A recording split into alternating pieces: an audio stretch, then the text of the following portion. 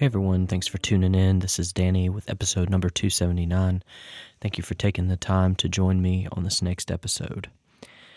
Today I want to just offer a quick assessment and then hopefully reminder and maybe encouragement.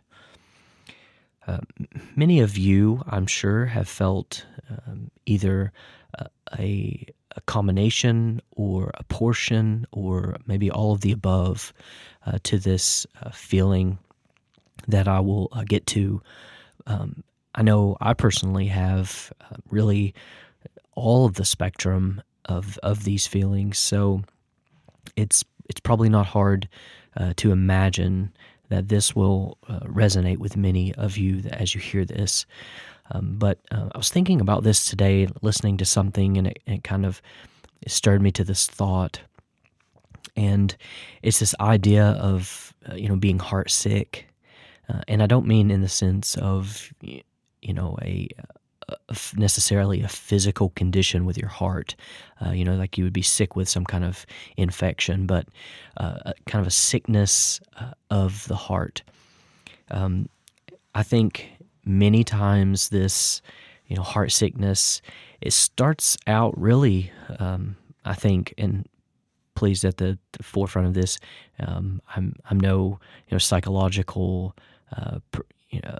psychologically trained individual. So I just offer my thoughts, and they are just that, my thoughts.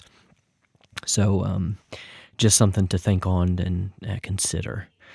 But I think oftentimes when we get in this place of heart sickness, it very often, for me even, starts out from this place of just disappointment. There may be something in your life that you're hoping for, or trying to reach for or attain to. Could be a career, job, family, friendships, relationships, spouses, just anything that we encounter in our day-to-day life. Whatever place, country you find yourself in, listening to this. We all experience, these are human emotions. We are all humans, and as such, we have emotions that we deal with. Some of us, I think, deal with, emotions or aspects more than others. Depends on our personality, our attributes. So this all can vary quite a bit. But nonetheless, we all still experience certain types of emotions. And I think in this heart sickness, it oftentimes, especially for me, starts out in this place of disappointment.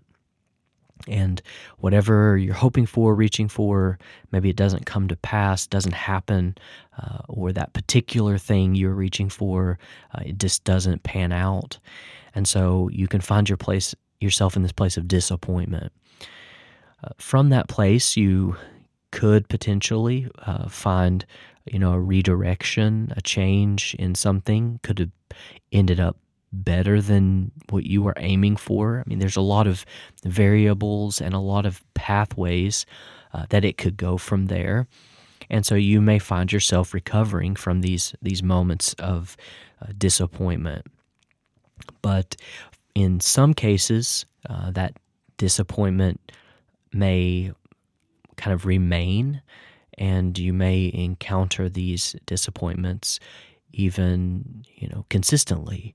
They may happen on a more consistent basis. And then it's a disappointment after disappointment after disappointment.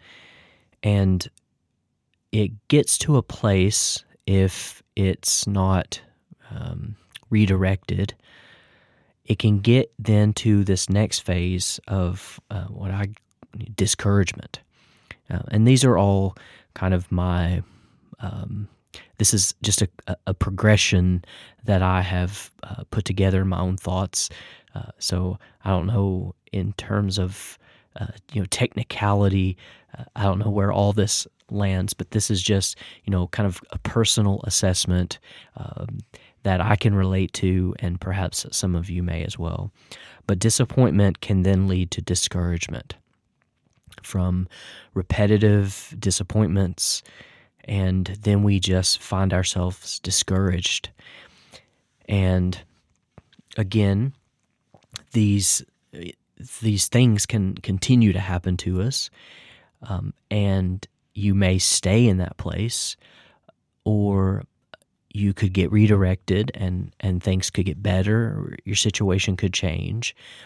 But if you stay in discouragement too long, then I think it can lead to the next progression, which is a place of weariness, becoming weary. And it's kind of this idea of, heavy laden. You are worn down from the weight of the disappointment that kind of bred discouragement. And so you find yourself weary, and as though your energy or your stamina, or the life force, if you will, in you find it to some degree fading or failing. And I think about Isaiah 40:29 says He gives strength to the weary. And just to also emphasize, I think, as we find ourselves in whatever spectrum or whatever stage in this progression, we ought to, and we should be regularly seeking the Lord for His hand to intervene in our situation wherever we find ourselves, whether we're at the top of the mountain or the lowest valley. We ought to seek the Lord in celebrating the victories, but also trying to understand and seek Him all the more in those difficult times.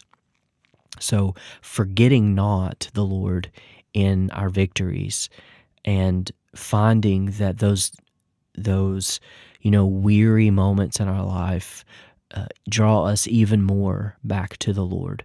Now, sometimes, I know for me, I've been in those kind of dark places where you kind of want to withdraw into yourself and just avoid everything, even the Lord. I would urge you to resist that, and really implement just kind of a forced will of, I'm not going to do the thing that I desire, which is to withdraw. But if we stay in that place of being weary, we've become disappointed. That led to eventually our discouragement, and that continued discouragement led to weariness. And if not changed, then we can find ourselves in this place of despair. Now, 2 Corinthians 4:8, Paul had written, "We are afflicted in every way, but not crushed, perplexed, but not driven to despair." Now, if you find yourself in a place of despair, you may read that and, you just kind of, sometimes you want to kind of scoff at it, because, you may even think, it must be nice. But it's very natural for us to find ourselves in a place of despair. Though also, it's not a place that we want to stay, and nor is it a place that we need to stay. It's unhealthy, it's dangerous, and it's not what God has for us. So we may have found ourselves, or have found ourselves before, in a place of despair, and if not then addressed or changed, that can lead to being hopeless. And Joshua 1:9 says, "Do not be dismayed, for the Lord your God is with you wherever you go. And if hopelessness or a state of hopeless continues to grow and multiply in our hearts, then we find, or we can find ourselves in this place of just wanting to escape. And this is a deep and dark hole. I've felt these feelings, and I'm sure some of you listening have as well. And it's just the weight of all of these things have grown and multiplied, and you just feel like you just want to escape it all. And if left untreated, or not given the proper, let's call it medicine, but I don't mean that necessarily in the physical sense.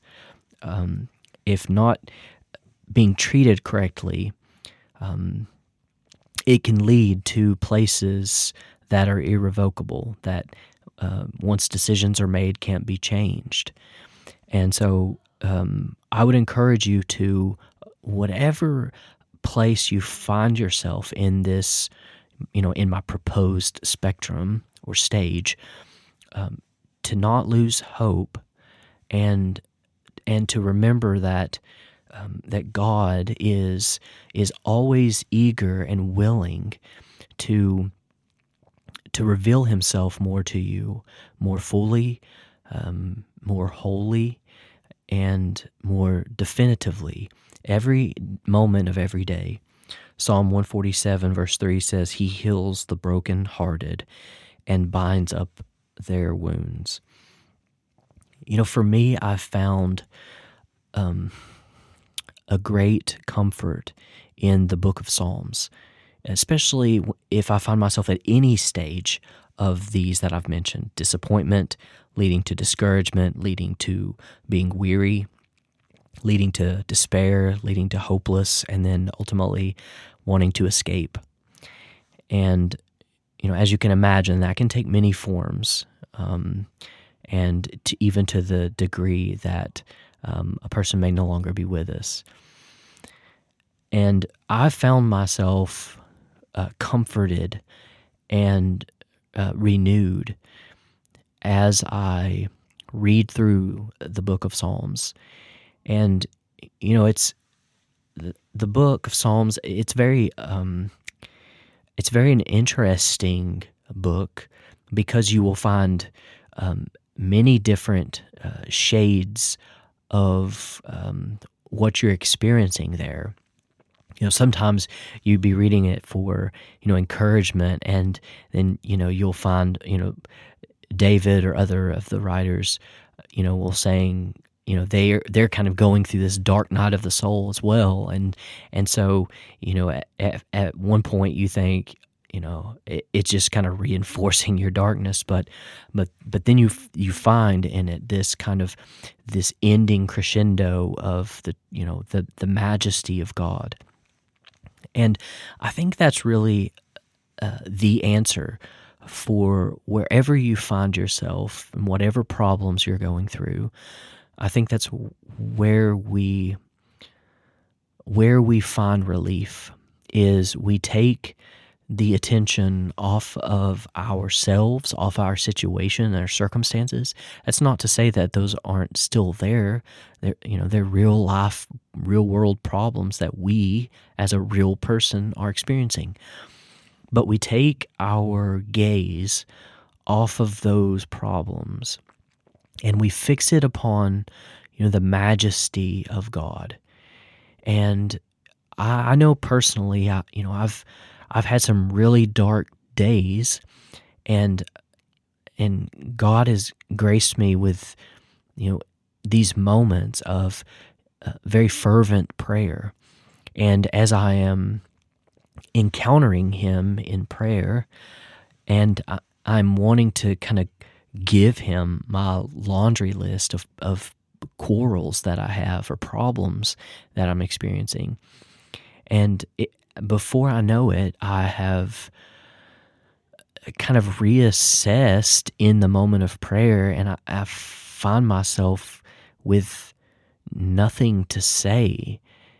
It's as though my problems just kind of melt away in the moment of, being um, with him, if you will, face to face with him. Your worst day, standing before the presence of God suddenly doesn't even matter. And that's not to say either that, you know, when I come back to reality, if you will, that I don't end up having to, reface the situations. Yes, but um, there is something that is, um, there's just something that happens when we put our gaze upon Him, how it changes our perspective of the situation that we're facing. So, if you haven't discovered the um, the the grace of, if I could, the grace of the Psalms, then I would encourage you to, play, the audio, play audio of the Book of Psalms as you're driving to work, or listen to them as you work, and just, soak up the encouragement of what they provide.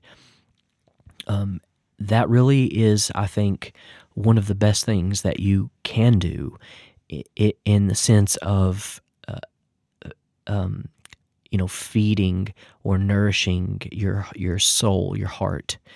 Um, when we think of this place of, being heartsick, if we think of it in the sense of the natural, anytime a person is sick, there's, a doctor that assesses the situation, and then there's a treatment plan, there's a treatment approach. I think the same is true for the spiritual component. If our heart is sick spiritually, or our soul, we're in this crushing state of disappointment or discouragement, despair, hopelessness, escape, whatever it is. We have assessed our situation, and now we need a treatment plan. We need a regimen to go through. And if I was your spiritual doctor, I would prescribe you, to fill yourself with the Book of Psalms, to fill your heart with that, and then to maintain this, steady state of prayer, and with the hope that your prayer would transform into more than, here's a list, God, of my problems. So He's perfectly willing and capable to hear those things, and eager to hear them. But I would hope more that you would have just an encounter with His presence, and your eyes would be so fixed in His gaze that your problems suddenly just melt away in the moment of your intimacy with God. And that's completely possible, because I have encountered that very thing, and many times. Now, sometimes that doesn't happen in my prayer life, and so don't be discouraged if it doesn't for you, but it absolutely can. And so I would encourage you to, in your prayer life, seek His presence and engage with Him in such a way that, before you know it, these things are just melting away. But it is important, I think, if your heart is sick, do you feel the need to escape or to quit, to encourage you that joy will come. There's the story in the Bible of Saul, and he was told not to offer a sacrifice, that the prophet would do that, and it was just at the last moment, in Saul's place of fear, his army is running away, and all hope seems lost, and so he offers the sacrifice himself against the command of the Lord, and then the prophet returns just as he had done so, and from that. He experienced great loss because of his disobedience. So, oftentimes it's just beyond the place of loss and disappointment that we can then experience breakthrough. And what a tragedy it is to know that relief was coming just on the other side of obedience.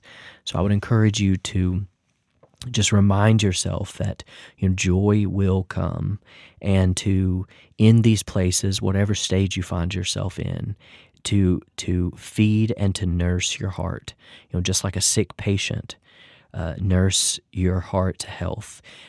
Feed yourself with the Psalms, with spending time in His presence with Him, and worshiping Him.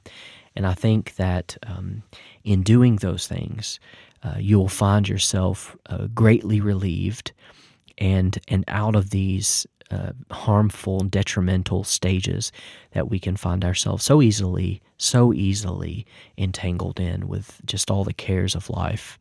I hope this gives you encouragement and some advice, if you'll let me be your spiritual doctor, and I hope it's encouraging and gives you some additional strength. And just pray that the Lord would mightily show Himself to you in your life, that He would transform your situations, the things that you're reaching for, that if He doesn't want you to have them, I pray that He would just change your heart, your perspective over and for those things, and that if it is something that He plans for you, that either He would open the door to it, or He would make it clear to you that this is for a later time, and that's not necessarily for now. So I just pray that God would show all those things to you, that He would intervene in your situation and give you joy for mourning, and that you would be greatly encouraged. So thank you so much for being with me on this episode. I look forward to the next one. God bless.